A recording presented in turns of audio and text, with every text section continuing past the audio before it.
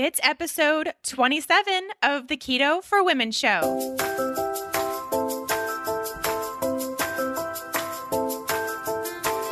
You're listening to the Keto for Women show, and I'm your host and nutritionist, Shawn Miner.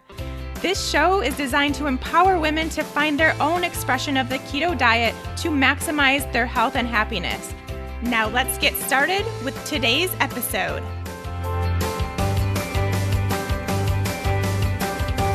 Hey friends, welcome back. Thanks as always for joining me. Very excited to be here with you all today, just chatting. It's been a few weeks since we've just had a little chat, I feel like, and I've been able to answer some of your questions too. So I'm excited to do that. I always love doing the Q&A sessions. We've just had a lot of guests and other topics we've needed to cover lately, so I haven't had a chance, but we're back with some big questions that need some big answers, I feel like.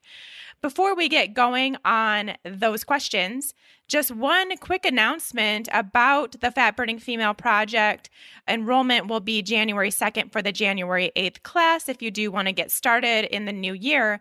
But what I want to let you all know is there is a brand new webpage for the course. So I've updated the website to be a little bit more, now that I've had a year of experience under my belt with the class, I wanted to update the website to really be truly what the class is about, have some testimonials on there, and get a little bit more specific about what you all can expect if you do want to do the class. So head over there and check it out if it's something that you're considering doing, and it should give you more information and hopefully help you out on that decision.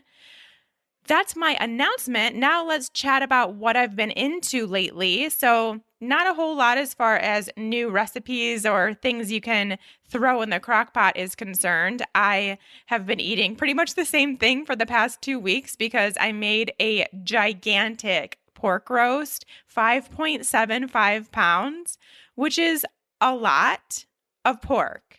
A lot of pork. I got that over the summer from the farm down the street and just plopped it in my Instant Pot because I didn't know what else to do with it. And so I've been working my way through that, and it was delicious. I've been eating it for pretty much every meal because 5.7 pounds of meat is a lot of meat for one person. So I've been doing that. Not that exciting, but definitely delicious. But what I'm super into, which you probably know if you follow me on social media, are my snacks. I have this really awesome snack that can definitely serve as a treat if you're in the mood for something kind of dessert-like. I consider it kind of like my chocolate and frosting situation. So it is the Eating Evolved 100% dark chocolate. It's called Midnight Chocolate with Artisana raw organic cashew butter on top as frosting. If you guys haven't tried that cashew butter, it has the same exact consistency as frosting, and it's sweet. It's a pretty sweet taste, especially if you're someone that's not used to having sugar or sweet things. Like most of us in our keto lifestyle are pretty sensitive to sweets at this point. So it really tastes sweet. Now, it does have a little bit of carbohydrate. So if you're someone that is very sensitive to carbs or you're insulin resistant or diabetic, someone that really needs to watch out for that, then it may not work for you. But if you're someone who can handle a little bit of carbohydrate here and there, and something you'd have to test it out for yourself to know, it is an awesome treat, especially with that 100% dark chocolate. So I'll either do that or I'll do the Eating Evolved Keto cups and then put the cashew butter on top of that. If you're not familiar with the keto cups, basically they look exactly like Reese's peanut butter cups, except inside is coconut butter, and then the chocolate is 100% cocoa. So they're very keto friendly. They're just basically a serving of fat in what looks to be a Reese's peanut butter cup, but they're delicious. They have coffee flavor and they have original flavor, and they even have one that has a touch of stevia too if you are someone that needs a little bit of sweetener to make it seem like a treat, whereas I don't need that, I don't want that, and I don't like the taste of stevia, so that wasn't an option for me. But the coffee ones are so awesome. Slather a cashew butter on top and you have this amazing keto-friendly treat/snack/whatever. If you want to try it, highly recommend. I will link to both of those products in the show notes on this episode. And if you use that link to Eating Evolved to get yourself some chocolate, you do also get a free gift with that link that I'll provide. So that's kind of cool. And you can try it and let me know because I'm obsessed with it. It's what I've been eating pretty much every afternoon. I want to see if you guys love it too. So keep me posted and let me know. Okay, so moving on. This really isn't a question, but I think it's going to potentially change the way we ask questions in our scenario from this Keto for Women experience that we're doing together. I'm hoping and thinking that it may change the way that we think about what we're learning here and what we're trying to do here. Now, this entire topic, and you'll know what I'm talking about if you follow me on social media or if you're in the Fat Burning Female Project, it was something that came up this week in the Fat Burning Female Project, their 5th week live Q&A call that we had. And I always get all of the questions beforehand and I go through them to make sure I'm organized and that the call is going to flow and that I can answer all of the questions. I always end up getting very close to running out of time, but I always make it. And in these questions, I saw a theme, and it's no different than the rest of the classes have been, but it finally clicked in me into how I could describe it to where women are now hopefully can understand where I'm coming from versus where their head's at. And you'll understand what I'm talking about when I get onto this topic. But that's how it all kind of started. And it's been this ever-present thing for me in starting the Keto for Women podcast, in starting the Fat Burning Female Project, in trying to teach women how to become ketogenic. It's just been this overarching, never-ending, all-consuming topic that I have been trying to tackle every single time, all the time. And I finally got this revelation as to what I'm doing versus what others are thinking and how I can better explain it so maybe we all can get on the same path and on the same page with this keto thing we're doing together. So it's just kind of spiraled. First, it was just me kind of having this passionate moment in the Fat Burning Female Project Q&A call. Then it spiraled to me having this passionate rant on Instagram and Facebook. And now it's going to spiral even further to the Keto for Women show. And I just have to get this off my chest. I have to explain this very passionately and very succinctly so that you guys get it, so that you get where I'm coming from and you get where you may be stuck, because that's going to make a huge difference for both of us and for what you can get from what I'm teaching and what you can get from the ketogenic diet as well. So let's chat about this. Finally, I don't know why I didn't think about this sooner. It came to my realization that I am talking from the point of the ketogenic diet being in the health industry. Whereas much of you, whether you want to or not, whether you're trying to or not, are in the diet industry and thinking about the keto diet being in the diet industry still. And there's a huge difference between those two industries. The diet industry is a multi-billion-dollar industry, probably even more than that now. And we've all been in that industry, me included. I spent almost my entire life in that industry. And I know that there's a lot of you with that similar background of going from diet to diet and trying different things and different things. Just the newest thing to come out about, oh, you want to lose weight? You're supposed to do this diet. You want to tone up? You're supposed to do this diet. This one lets you lose 20 pounds in 6 weeks. The diet industry is very much focused on what you put on your plate and how that will affect how your body looks. It's very much that mentality, and that's what they want. That, unfortunately, is what markets itself. Because if we can say, eat this way and you'll look that way, guess what? We're all buying it, right? We are all putting our money into that bucket, and it's going to make a lot of money it might get you the results that you want. More than likely, it's not going to. And then you go to the next thing that is now promised to give you that new look that you want, and you put your money in that bucket. And that's how it becomes this never-ending, very profitable business to be in, because we will spend our money on all of those things with that promise that many, many times, most of the time, does not work. It does not yield those results. Now, does it sometimes? Yes. Is it for the short term?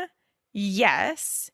Is it doing damage to where suddenly everything comes back? You go back to the body that you had before, if not worse, and now you have to try something else again. Yeah, so it's this constant cycle, and quite honestly, it's a great business strategy because you're always going to spend more money trying to figure that out, and it is a never-ending battle that you're always going to lose, and you're always going to lose money in. You're going to spend a lot of money trying that next thing. The fitness industry, unfortunately, is very similar, and that's what markets itself. So if you're a business person, you want to be in that category because your business is going to be really easy. You're going to claim to be able to help women drop 10, 20, 30 pounds in 6 weeks, and people are going to buy that, right? So this exists within the keto community as well. There is the keto diet community within the diet industry. Okay. And those are the things that you're seeing where it says, oh, I take this exogenous ketone supplement and it made me drop 10 pounds in 2 weeks. I ate this. I restricted my calories to this. I fast this many days, this many hours. I eat this much fat. I restrict. I do this, I do that, and I lose weight. This is the diet industry within ketogenic. Now, I am not that person. That is not my business. That is not my goal. That is not what I'm here on this planet to do. I am in the business of the ketogenic diet, which, yes, I've said many times, I don't want it to even have that word in there. And this is why. I am in the business of the ketogenic diet, lifestyle, whatever you want to call it, for women's health. That is not remotely in the same category as the diet industry because they don't care about your health. They don't. It's not even a topic of discussion or thought or conversation unless they can say, you need to lose 20 pounds to make you healthy. No one ever says that. And that's not a correlation. That's not an association. They would just do that as another marketing scam. If you're in the health industry like I am, and like there are others, Leanne from Healthful Pursuit is a great case of this. Jimmy Moore of all of Jimmy Moore's stuff, Live and Love You, the Low Carb, and Keto Talk, Fasting Talk, all of his podcasts. He's also in this category as well, where we are in the keto space to help people heal their bodies. Now, when you're in that space, first of all, it's not nearly as flashy and sparkly and awesome, right? The marketing isn't quite there. We can't use all these awesome words like you're going to lose 30 pounds just like that. We can't use any of that scammy marketing tool. We aren't making claims and all this money and getting you into this spiral effect of all of these diets and goals and dreams that aren't going to happen. We have a harder job to do. I am taking the higher road here. It may not seem like it if you are someone that legitimately just wants to lose weight and you have no other goal or health purpose in your life at this point. It may be that we're not a match. It may be that you listening to me or you following me isn't right for you in this space. And I'm cool with that. I'm totally cool with that. I want to help women heal their bodies, heal their minds, live a better life, enjoy every moment, And I truly, honestly believe, because I felt it for myself in every single one of those categories, that it can happen. It can and will happen through the keto diet as a means to opening a lot more doors. But it's not the same keto diet that is talked about in the diet industry. It's not the same. We can almost think of it as two completely different things. My version of the keto diet that I want to help you with and will help your body and will heal your body looks different because I want you to eat enough food. I want you to eat enough fat. I want you to look at all your other health issues and really understand how everything in your life could be affecting your health just via your stress and your hormones and your gut issues, how everything in a holistic way is impacting your health and can be helped by you getting into a ketogenic state. I want you to produce ketones. I want you to feel really good. But most importantly, perhaps, is I want you to figure out a way and understand what it looks like to get to a place where this isn't something that's all consuming and something you have to think about nonstop, because I want you to just enjoy your lives. I want you to find something, well, hopefully lots of things that you want to think about and you want to do and you want to feel happy doing way more than thinking about your food and overthinking about what's on your plate and how much fat and how many calories, and is this going to make me gain weight? Is this going to make me lose weight? What should I be doing? Should I be fasting? Should I be this? Should I be that? It's just way too much, ladies. It's too much. We have way more on our plates, in our lives, hopefully good stuff. And if not, then you need to get out there and create some good stuff for yourself to think about than all of these minute details of our diets. And that's the beauty about keto, is that it really can be very freeing. It can be very possible to get into this space where you feel freedom. And that's one of the biggest things that I see with the women in the Fat Burning Female Project is they finally have freedom from this crazy diet mentality, from this crazy overthought of foods. It doesn't have to be that way. And it really shouldn't, because life is too short to think about this stuff the way that we are, quite honestly. And that's what I want to teach. So I have a big goal. I have a lot on my plate that I want to teach you guys. And I don't want it to fall upon deaf ears, or I don't want it to fall upon ears that aren't ready to take it seriously because you're still stuck in this diet industry, because you're still stuck in that cycle. And so you still want to ask me and you still want me to talk about, why am I not losing weight when I've been keto for 2 weeks? Because I'm not kidding you. I get that question all the time. All the time. I would be able to retire right this second if I had $5 for every time someone has asked me, why am I not losing weight while on a ketogenic diet? I'm not in that industry. I'm not in the diet industry that you're in. You're thinking diet industry. I'm thinking health industry. So therefore, I'm going to say, well, we need to look at the rest of your health. Your eating, what's on your plate is one of many different things that we need to look at to see why you're not losing weight. But also it's been 2 weeks, right? So again, the diet industry has fed us the ideas that this whole thing, no matter what we do for what diet we decide to do for our body composition, it should be quick and it should be lasting forever. And we should be able to get exactly the body we want. Doesn't matter what our genetics are, what our body has looked like in the past, what our exercise is, nothing like that. It's that we choose this diet, we give it 2 weeks, we should see immediate results. It should be doing exactly what we were told it would do. And if it's not, we get frustrated and we move on to the next. I'm here to tell you, first of all, it doesn't work that way. You have to eventually break that cycle for anything to work, because that in itself, that cycle is very damaging to your body. It's very much going to contribute to further weight gain because your metabolism is just totally tanked by this point if you continue on that trend. And eventually, no matter how long you go through that cycle of all of this and wanting this quick fix, wanting the crash diet because you want to lose 10 pounds in 2 weeks, and when it doesn't happen, you get frustrated and you end up getting mad at your body and you get into this negative headspace. Eventually, you are still going to have to deal with what's going on with your health.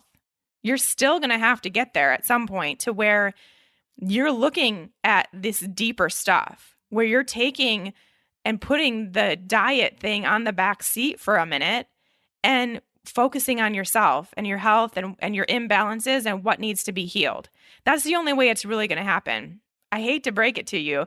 I know you all know this, but it's like I just need to keep pounding it because it's got to break. It has to break, and you have to let go and stop focusing on the diets. Get out of the diet mentality. Whoever you are following that is in that diet mentality, honestly, it might be worth unfollowing them for a little bit because it's going to be confusing. And I know so many of you are confused because you hear this way, XYZ is the way to do keto.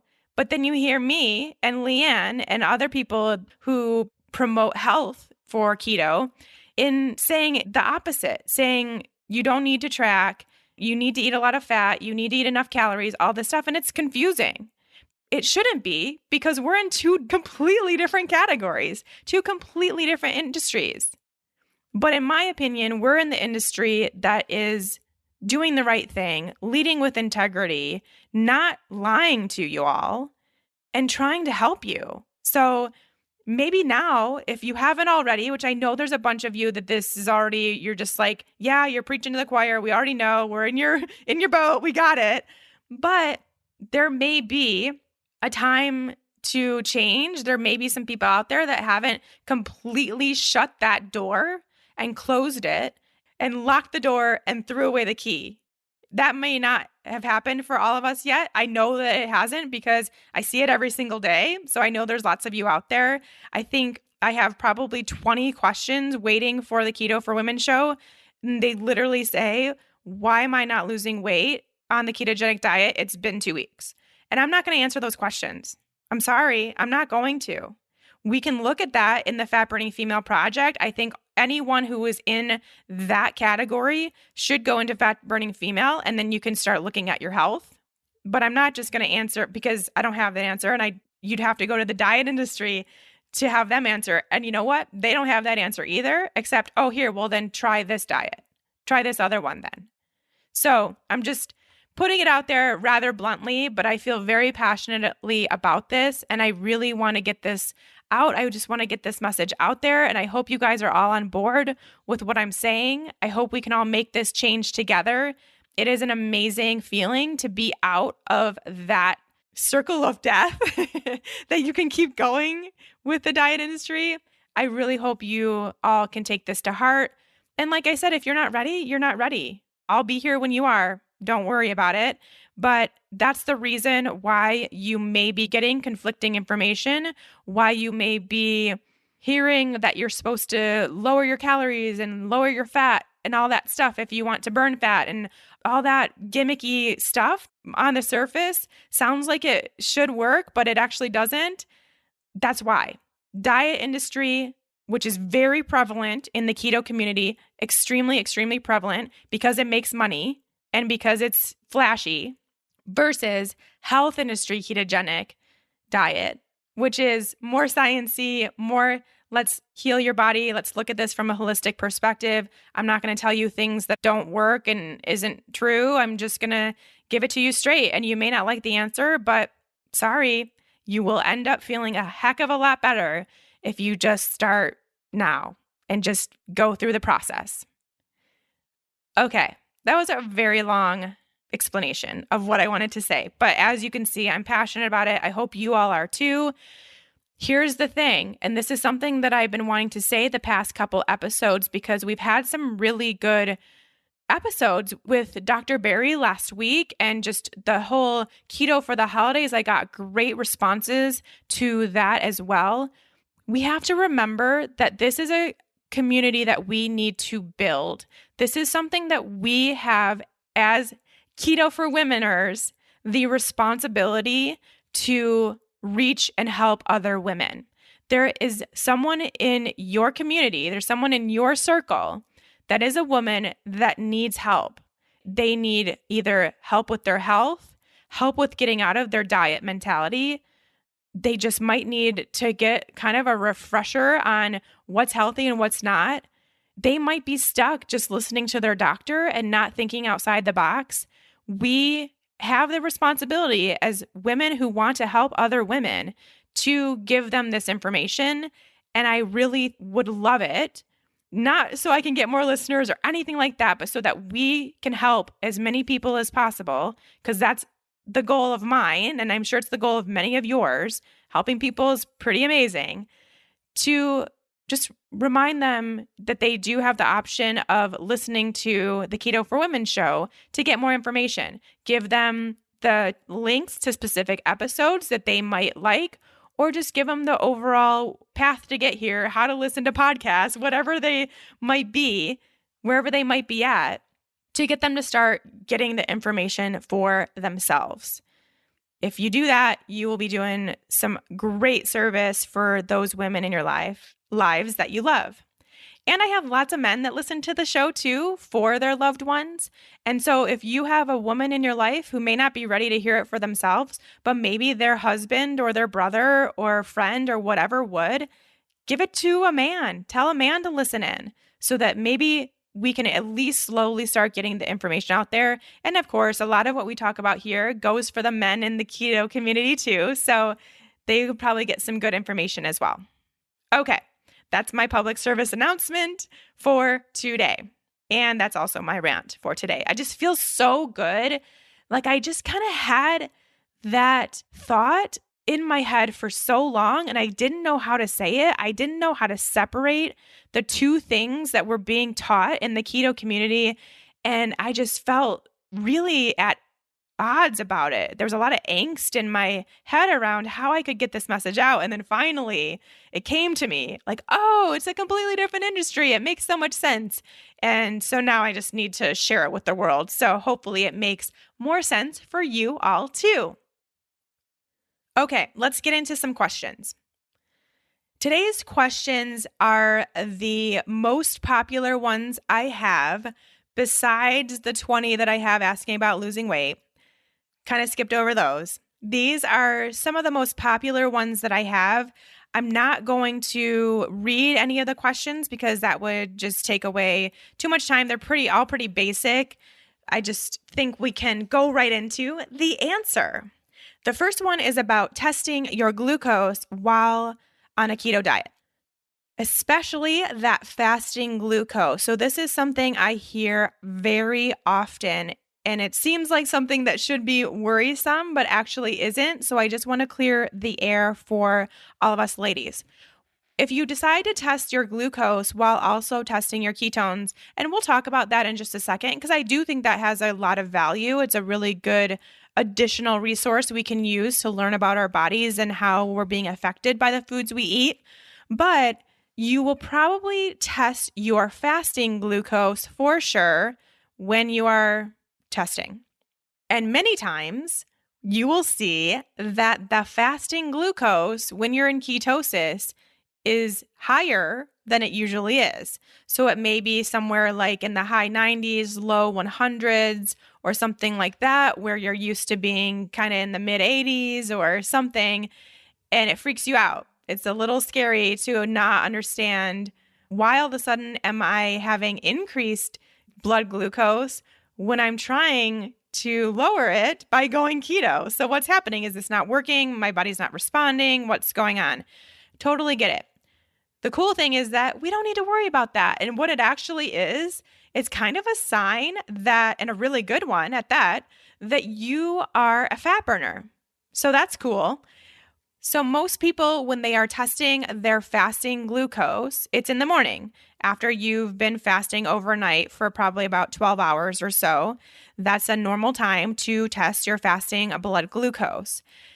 What happens in the morning is we have this kind of surge of glucose via gluconeogenesis, so our liver producing glucose from glycogen into our blood for the parts of our body that do require glucose, which there are parts in our brain, the conversion of T4 to T3, in our thyroid. There are specific parts of our body that do need glucose. And our muscles used to be one of them. So before we became fat burners, we were using glucose to fuel our muscle. But we turn into fat burners, we start using ketones. We don't need that blood glucose anymore to fuel that. But no matter what, we still kind of have this, I kind of like to think of it as this like wake up call. And it's all part of the process of waking us up. But it also means that we get this surge of glucose, and normally it would have gone to your muscles. Now we don't need it.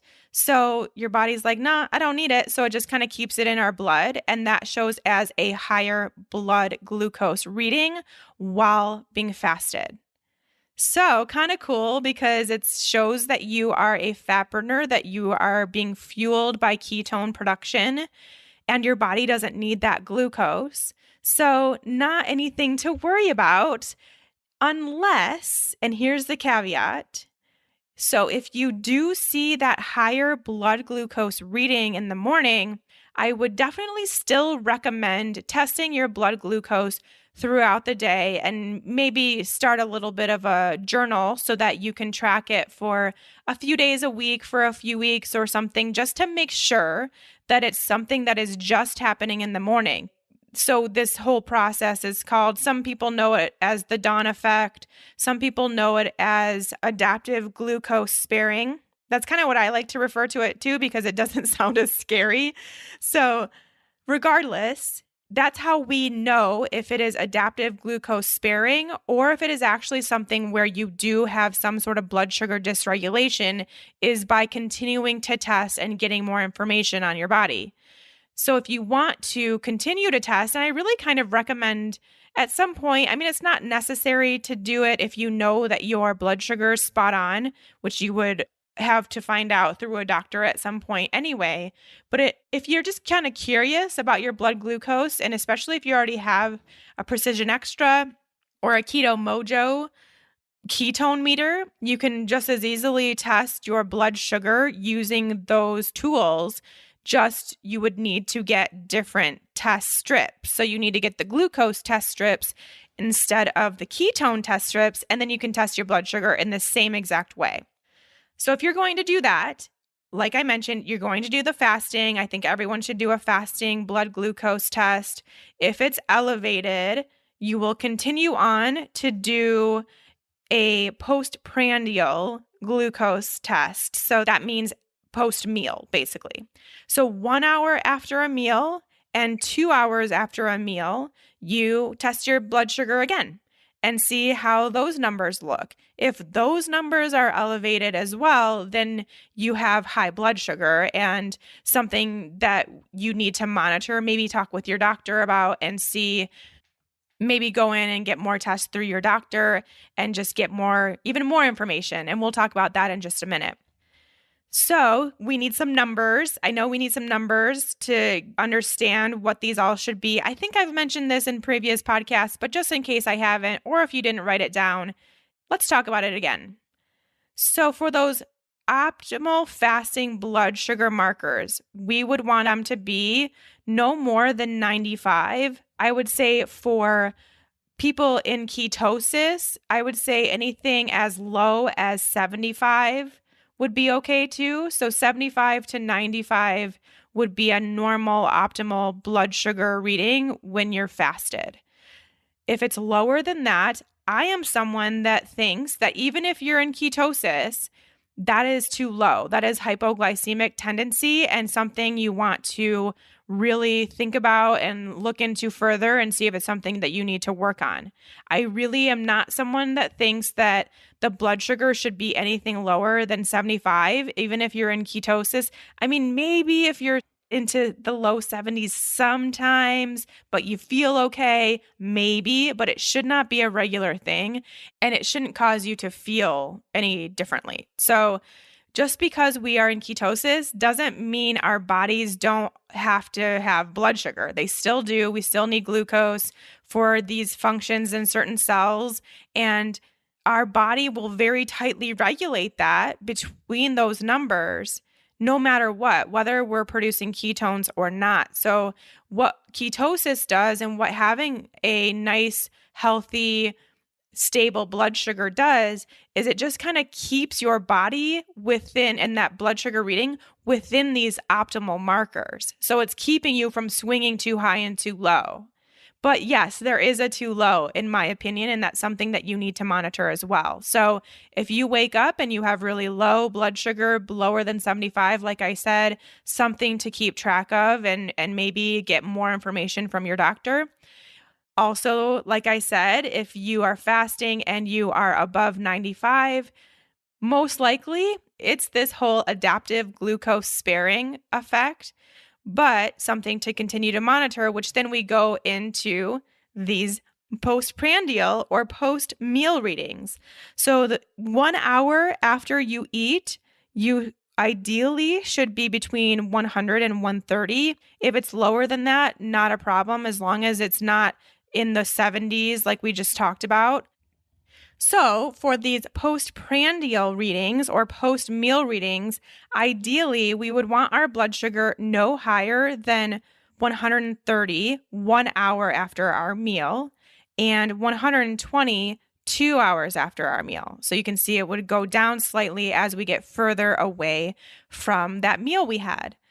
And again, just as far as the low end goes, we just don't want it to get too low either. It can definitely get to a point where you are having really low readings after meals, and that's a case of reactive hypoglycemia, which definitely needs to be handled and managed. So really important that you don't see a low number and think that's a good thing necessarily. So we want to keep it, like I mentioned, never any lower than that 75-ish range. And again, those higher numbers, keeping those intact too. So if it is higher than this 130 and 120, 1 hour and 2 hours after a meal, then this is, again, more signs that you do have blood sugar dysregulation. You may be getting to a point of insulin resistance, pre-diabetes, diabetes, that kind of thing, depending on what your numbers are. But it's giving you more information about your body, first of all. And second of all, more of a need to go get more tests. So you would then need to go to your doctor and ask for a fasting insulin test and your HbA1c tested. So like I mentioned before, your HbA1c is kind of just this 3-month average of what your blood sugar has done basically every single moment for those 3 months. And then it turns it into this average that's a percent. Very cool, awesome test. Really does a way better job at showing us what our blood sugar is doing than just our own tests using our blood sugar monitors, because first of all, those meters can be not all that accurate. And second of all, it's just a snapshot in time, whereas your HbA1c shows all of it for 3 months, which is really cool. So that would be a marker to definitely then go look and see if that is within range or trending high or trending low, because it will give you more information as to where you stand as far as your health goes for your metabolic disease potential. So in the functional world, the HbA1c range is from 4.8 to 5.7. And that's pretty close to the traditional standard lab ranges too, depending on your doctor and what they think. They may not do or see enough if it's lower than that. Whereas for me, that's showing we might have some hypoglycemic tendencies that need to be addressed, whereas they might kind of push that off. Not sure on that, but it's pretty close to those same lab ranges, which is nice. And then your fasting insulin, again, that functional lab range is going to be from 2 to 5.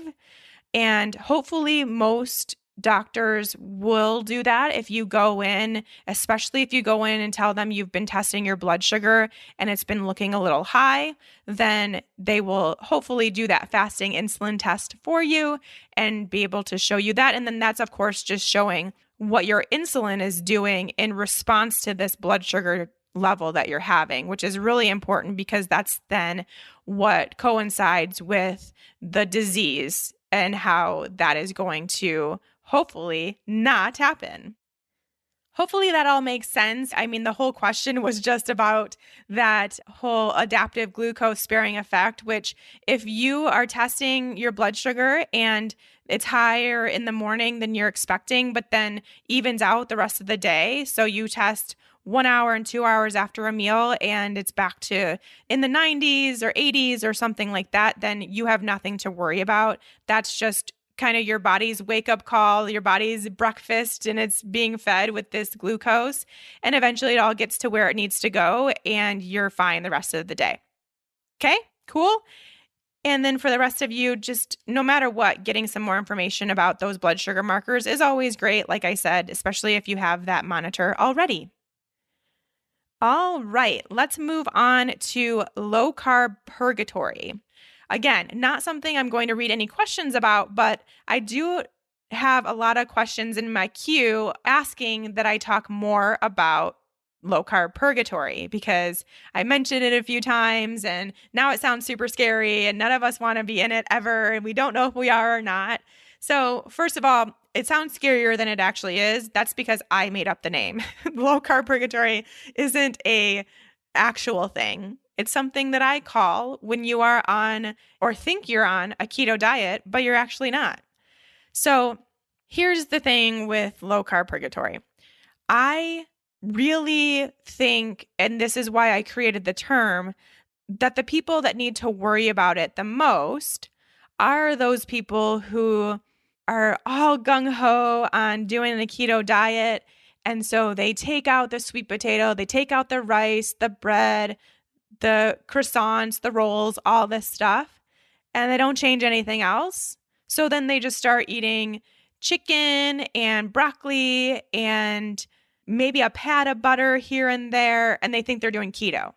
That's who I'm talking about being in low-carb purgatory. And as you can see, that is not a healthy place to be because, first of all, you're super low food because probably most of those things, like for instance, if you're used to eating rice or pasta once a day, and then you go to eating cauliflower rice and zucchini noodles, that's a huge difference in energy, right? So we just become low food and low energy. And if you're not replacing that, and even more so than you think with fat, that's when you're in low-carb purgatory.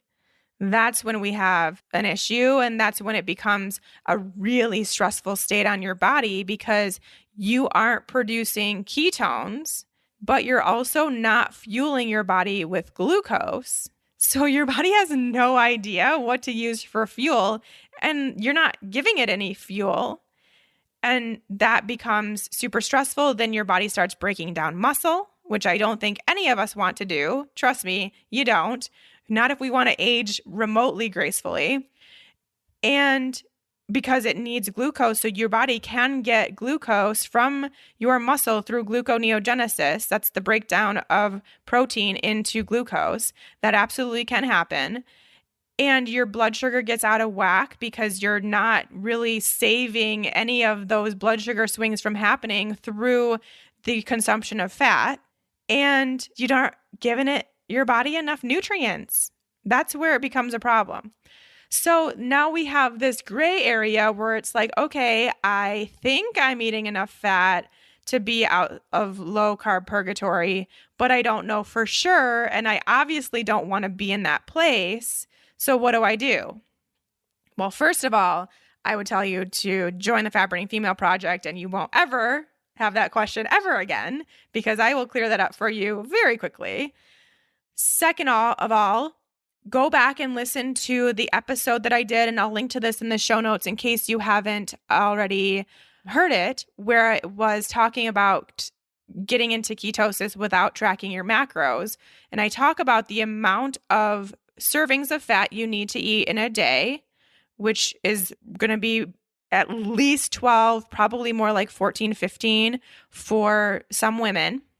Getting that amount of fat in so you know you're getting the right amount of food in and the right amount of nutrients in to keep your body in this homeostasis, happy place where it has all the nutrients it needs and doesn't start breaking down muscle and freaking out and calling upon cortisol to get your body through the day.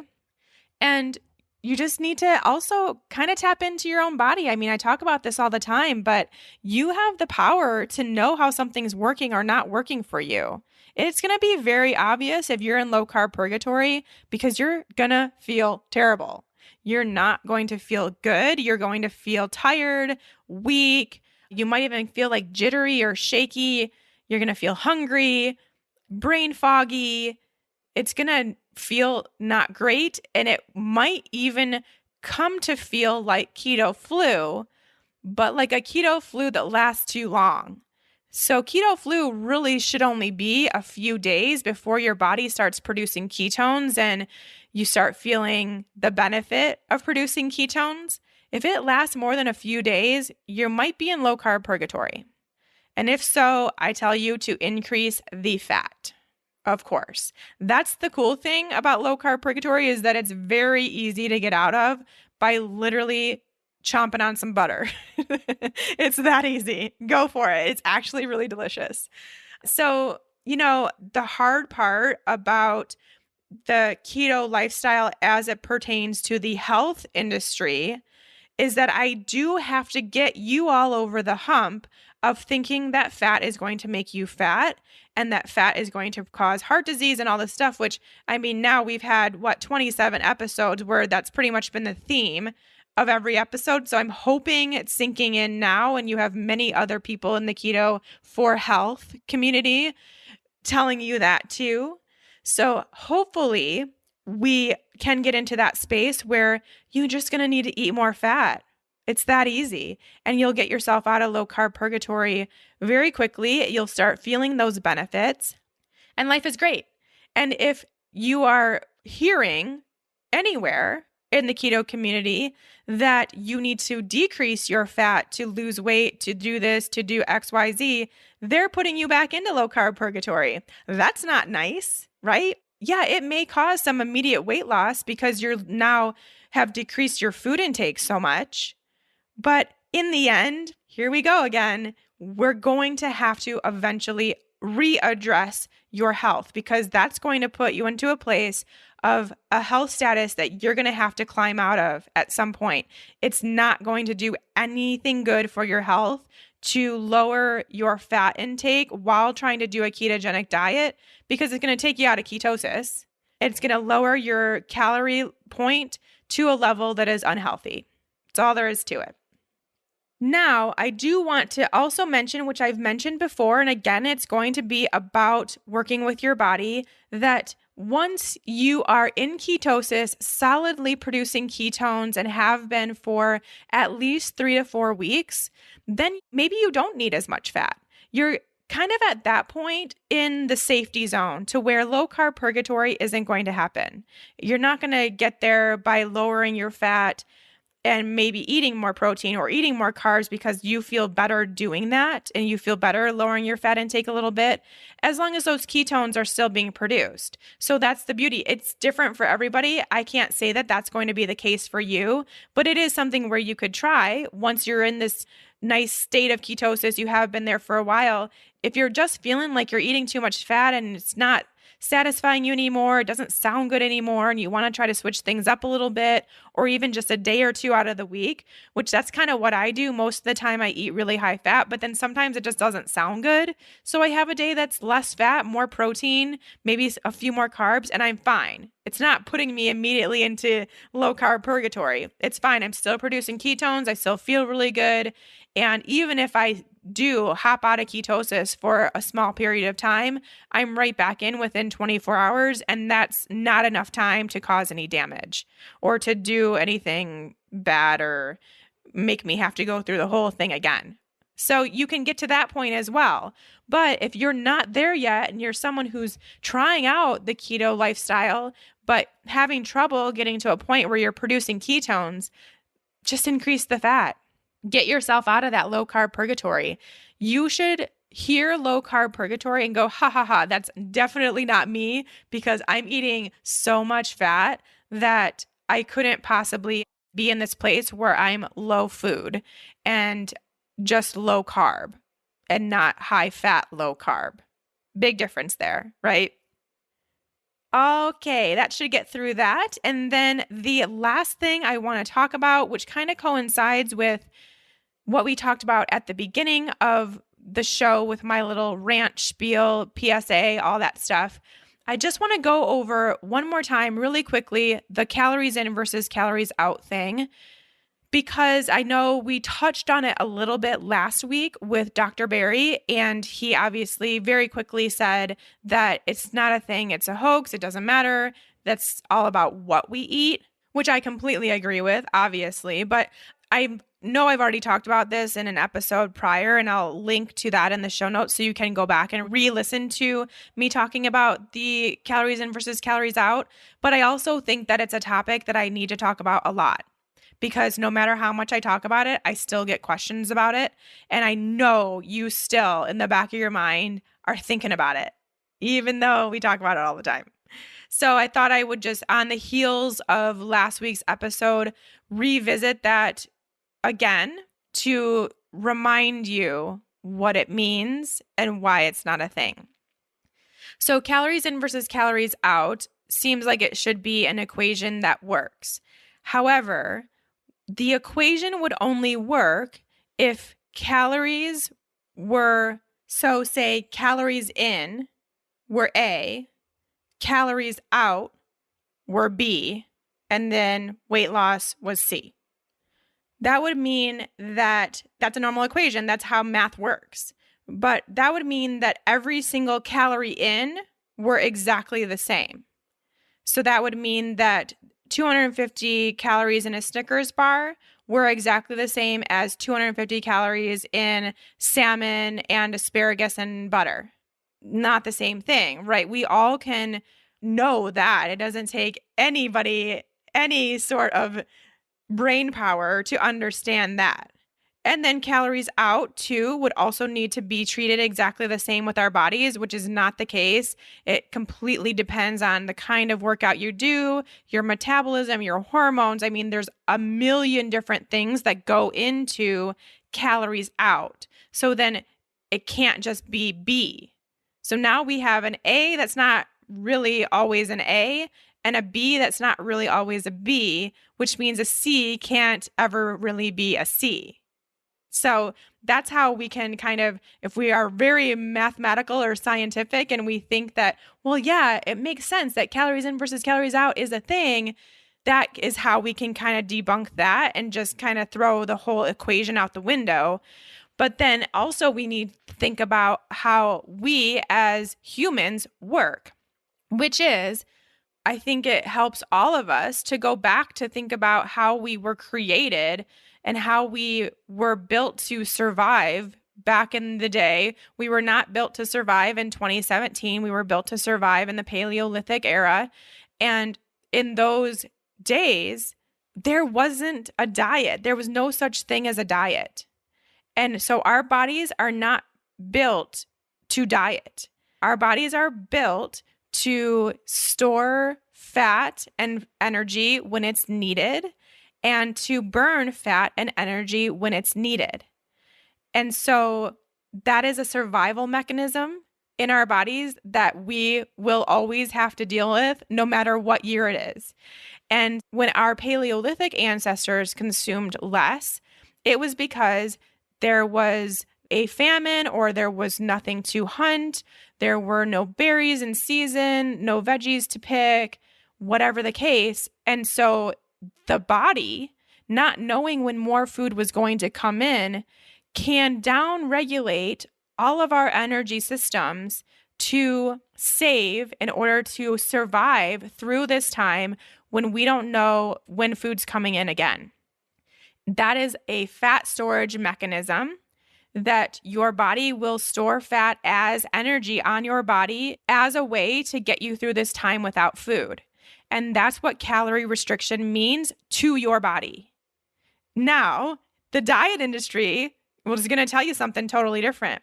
And you will see that sometimes those calorie restriction things work for a short period of time before your body understands that's what's happening. I mean, it's usually maybe like a few week process. You lose a bunch of weight and then it stalls because your body is saving energy for that famine and not knowing when that famine will be over. And so for you to continue losing weight, you need to lower your calories even further and even further and even further and even further until you're barely eating anything.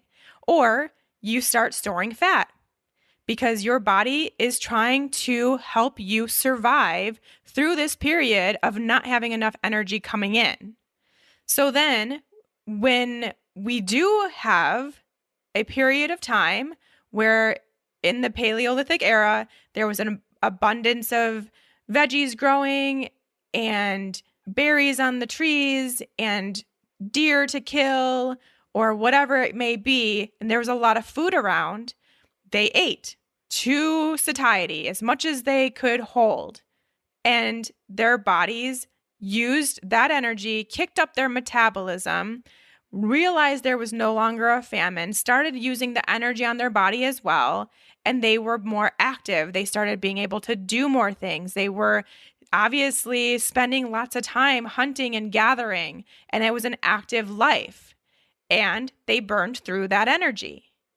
So if you look at it from just like this perspective of how we are built physiologically, what our bodies are designed to do, always trying to keep us safe, not having any idea what a diet is, then first of all, we sure can't get mad at it when it doesn't do what we want it to do. And I really think that this Keto for Women audience has a hard time not blaming their bodies for things. We really need to be super loving and caring and respectful to our bodies and not in this constant mindset of, well, why is it looking like this? Why isn't it doing this? I'm eating this and it's not working. You know, it's not your body. It's not. Your body wants to be healthy and well and balanced, but you have to do what you need to do to get it there. And if it's not getting there, it's giving you that as a sign to try something else, to stop this diet roller coaster, to stop listening to these people in the diet mentality and maybe just take a break from it. I wanted to talk about the calories in versus calories out just from that perspective of reminding ourselves of what our bodies were built to do.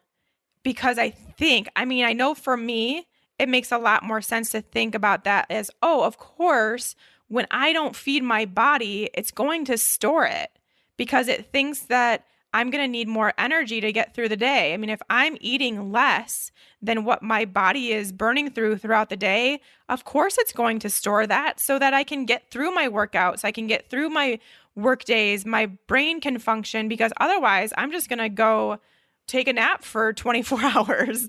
There's nothing more I could do. So of course it's going to store that in the form of fat to keep me protected. I think that makes a lot of sense. So I hope that does for you too. Okay, we'll stop there for today. I know I talked a lot of very passionate stuff. I really, really hope it resonates with you. I really hope you will continue to join me on this health journey. But please realize that when I'm talking to you and answering your questions and teaching you and helping you in the Fat Burning Female Project, it is coming from a place of health and healing. It is not coming from a place of being in the diet mentality and just trying to get your money and trying to tell you that you're going to lose 20 pounds in 2 weeks. Not doing that, never will. I think way too highly of myself to ever do that to you. Okay, so I hope you all know that and will continue to follow along with me. And Of course, as always, if any of this conversation brought up any questions that you would like me to expand on further, please email me at info@ketoforwomenshow.com and we will make sure to get to those questions. All right, everyone, until next week, take care.